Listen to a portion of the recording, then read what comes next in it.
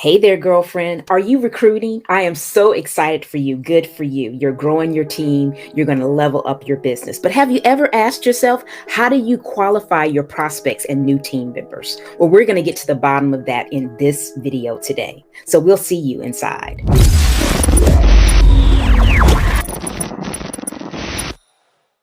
Hi, my name is Ingafay, and I am a confidence coach for direct sellers. And in this video today, we're going to talk about 4 red flags that I wanted to make you aware of when you're sharing your product, your service, or your opportunity with people. So let's get right into this, right? The first thing that I want to bring to your attention is excuses. Have you talked to people about your product or your business opportunity, or even your service, and the first thing you hear out of their mouth is an excuse? For some reason, it was somebody else's fault that they didn't take action or didn't face the challenge that they're going through. These are things you really want to be cognizant of when you're talking to that new prospect or new team member, because they're basically telling you how they feel and what they're probably going to end up doing in their business. And it's really good for you to know that information up front so you'll know how to handle yourself as you work with them. So when you do that, some of the things I've heard in the past is, I did XYZ company before and my upline didn't work with me. Now, granted, I know that happens because I know that's personally happened to me. My upline didn't work with me, but I was an independent contractor with the right to control my own business. And if she wasn't giving it to me, then I needed to seek it out myself. However, I know everybody does not have that stand. But when somebody tells you that, it's very imperative that you continue to ask questions so you can better understand what is going on and how that situation happened last time. Like, well, did you ask for help? That's a great question, because normally when you ask that kind of follow-up question, you'll get answers like, well, no, I just thought she was supposed to tell me. Now, granted, she was, but at the end of the day, we are all independent contractors with the right to control our own business. So like I just explained, if somebody wasn't giving it to you, then you could seek it out yourself. Just like you're watching this video right here, folks can always find stuff on the internet. That's why we have Googleina. Googleina can help us find abundance of different ideas. We can find other mentors, even coaching programs that we can be a part of to make it work. So if you hear that, let that be a warning for you. The next thing I wanted to share with you is people that are very opinionated about something they have not even tried. And I'm sure that you have heard this before, or you have dealt with this in some kind of way. You ask somebody if they have tried your product or service, and they say, yeah, I've tried it. And then you ask them, why? Great. When was the last time you tried?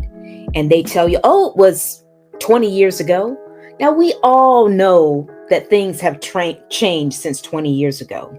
We have the internet. We didn't have the internet 20 years ago. You want to put these kind of things in perspective. And I'm sure the internet might have been around that time, but it's you want to kind of find out what people are talking about and just kind of really ask questions to really understand what they're saying, because a lot of people have opinions about different things that they've never tried. It's based on hearsay and hearsay alone, or what they think they heard or somebody told them. So make sure that you're asking those questions so you can really understand where their supposedly opinion came from and get a better feel for them. Because if they're not open-minded or really want to learn something new, then it's good for you to know that up front so that you can really spend your time with people that want to be helped and want to learn.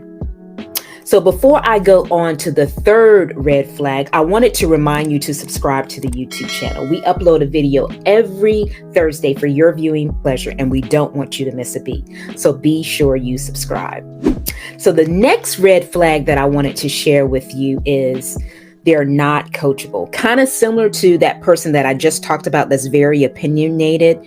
When you offer to help them, they ask you what to do, you tell them what to do, and you tell them, okay, so you need to do X, Y, Z. And when you finish that, just come back to me and I'll give you the next step. but you never hear from the person. So you call them and to find out, how's it going? I hadn't heard from you in a couple of weeks. I just wanted to check on you and see how everything was going and see if you had any questions. And you find out they haven't done anything. You haven't talked to them. They haven't worked on anything that you told them, that they're still kind of sitting on their hands and trying to figure out another way to do what you asked them to do. So be cognizant of that as well when you're working with people, to really try to understand what the problem is. Did they not feel comfortable with what you asked them? Is there something you can do to further explain to them so it would be more and more bite-sizable type of actions that they feel like they can accomplish? Really talk to the person and communicate with them to find out what you can do to help them. And then after you do that, tell them, hey, just get back with me when you can. After you've done what I've asked you to do, not when you can, to really see what they're going to do. Because you want to spend time with the people that really want to do something. I know people come into our businesses for a variety of different reasons. And it's really important for you to know that up front. Some people just come in for the camaraderie. They're not really wanting to expand their business. They just want to be around positive people. So you got to know that going in. Some people are coming in just to have fun. Did they really want to make money? Just really find out what they want from the business and then love them where they are.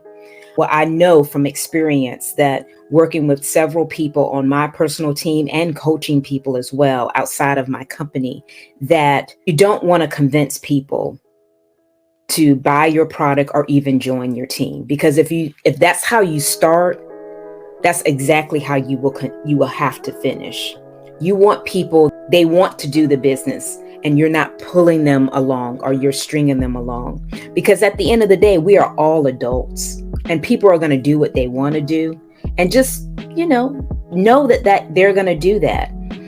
And it's okay if they don't want to work the business like you want to work the business. But when you hear these little things that I'm describing, you already know, okay, well, she's not a person that's really striving to do big things in the company, which is still okay, because we still want to love on them doing whatever they want to do, because it's their business and it's their choice to do just that. And it's as the leader or the upline of the person, we love them where they are.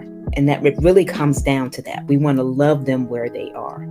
So in their excuses, or they're highly opinionated or not coachable, those signs let us know just to love them where they are. And then when they want help, you give them the help that they need, and then let them be. And it's all good. It's all good. So the last red flag that I wanted to share with you is when a person is not willing to invest in themselves. And I wanted to bring this up because I know a lot of companies have free training, but I know even in my company, if my upline or some of the leadership that I'm working with is having an event at a hotel or something like that, they got to pay for that. So to have that particular event at that place, they divvy up the cost so they can split it among the people that are participating. So there's going to be some kind of cost to that. And I know sometimes when people see that there's a cost, they don't want to participate. They're more interested in the free stuff. As my girlfriend Angela would call it, she calls them nibblers, where they just want all the free. They don't really want to invest in themselves at all. They just anything that's free is what they want. But I can just tell you from experience that free is not complete. When they give you something free, they're just giving you just a little nibble of it. It's just a sample, similar to what you get in Costco or Sam's when you go on the weekend and they let you have just a taste. That's just what a free type of training is. It's just a taste. It's not the full-fledged stuff. And you'll spend a lot of time trying to piecemeal and stuff together because you want the free.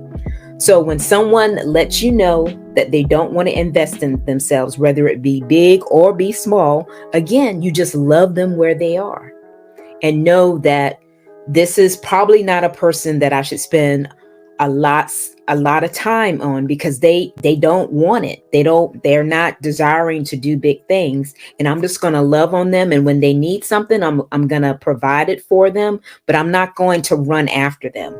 And I'm not going to try to convince them that they really need to work the business, because they're not going to do it. And matter of fact, they probably will leave you if you do that.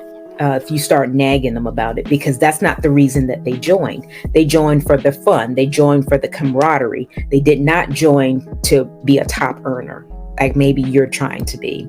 So I just wanted to give you these things to think about.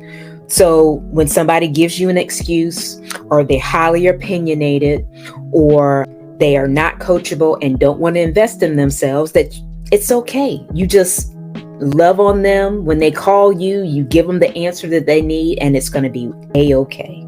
But know that it's nothing wrong with you. It's their decision, and you haven't done anything wrong, because they are an independent contractor with the right to control their own business. Or if they're a prospect, know that this is not a prospect that you're going to probably call every month, because they're not going to end up wanting to talk to you. Well, when I say prospect, I mean a customer. If they're a customer and you have a consumable product, this is not a customer that you're going to call every month, because they're not going to want to talk to you. They're just maybe a twice a year type of customer, which is fine. And just know that about them and be okay with that. And that's really why I wanted to share that with you today. That is the importance of just loving people where they are, and not try to put your dreams in somebody else. So if you're looking for more ways to grow your business and love on your recruits as well as your customers, I do have a coaching program called Relationship Accelerator. And I'm currently looking for a couple of more people to enter my group coaching offering. If that is you, by all means, check out the link below in the description for a fitting call. It's basically going to give us the opportunity to talk to see if we're a good fit, and see if the Relationship Accelerator program would be something that would benefit you and your business. Like I said, the link will be down in the description, so just click that link. And as always, thanks for watching, and bye for now.